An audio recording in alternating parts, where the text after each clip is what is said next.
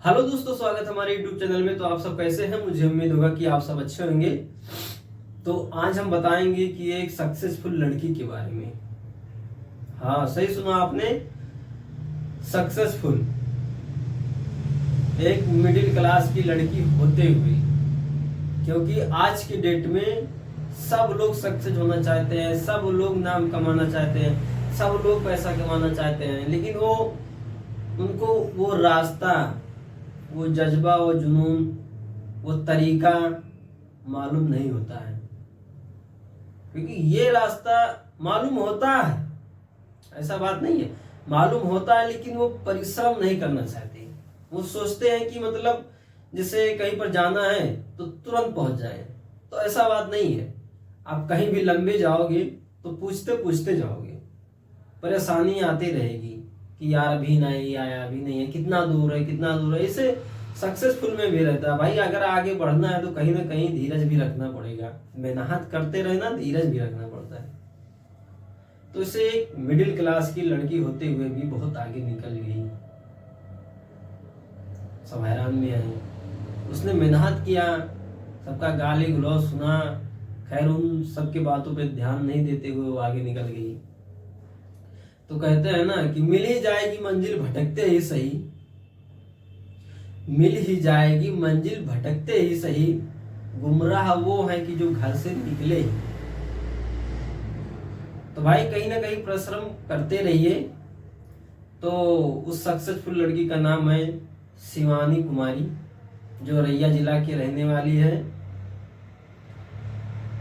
उनके घर से पिता का साया, जब वो हुई 1 साल की, तब वो उनके घर के पिता का साया उठ गया था। तो सब लोग हैरान में पड़ गए कि खैर काश भगवान एक लड़का दे देते तो कुछ सहारा हो जाता। उनके घर में मातम सा छा गया, क्योंकि ऐसी बात ही थी, कमाने वाला कोई नहीं, वो 4 बहन थी।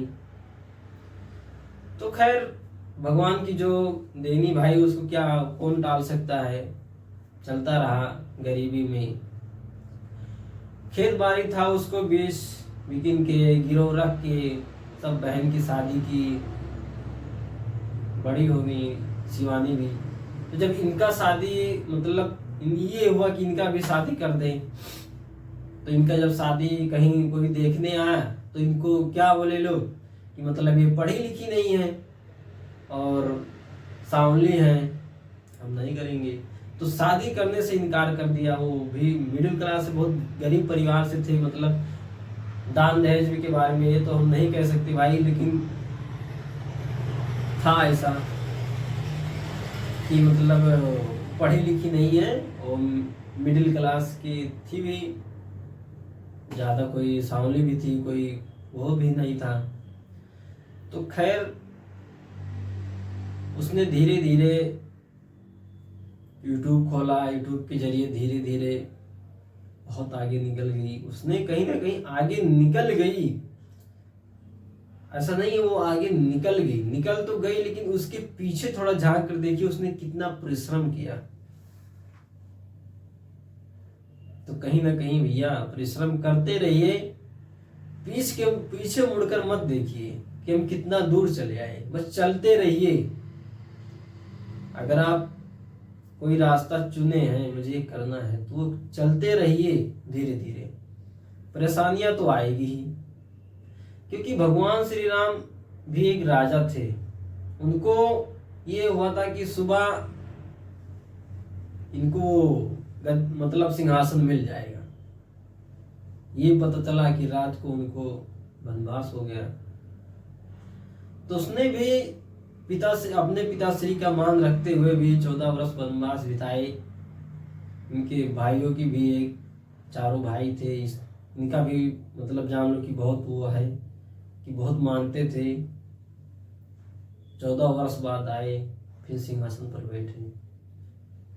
आज वो भगवान के रूप में नहीं, मतलब अब मनुष्य भगवान ही मानते हैं, क्योंकि वो अपने आप को वेद पुराण में लिखा हुआ है, वो पुरुषोत्तम राम, मतलब भगवान कहीं नहीं लिखा। मतलब भाई देखिए, मुझे ज्यादा कुछ मालूम नहीं है कि मतलब बताए हैं सब लोग कि उनको भगवान नहीं, पुरुषोत्तम राम, मतलब पुरुषोत्तम मतलब पुरुषों में उत्तम माना गया है।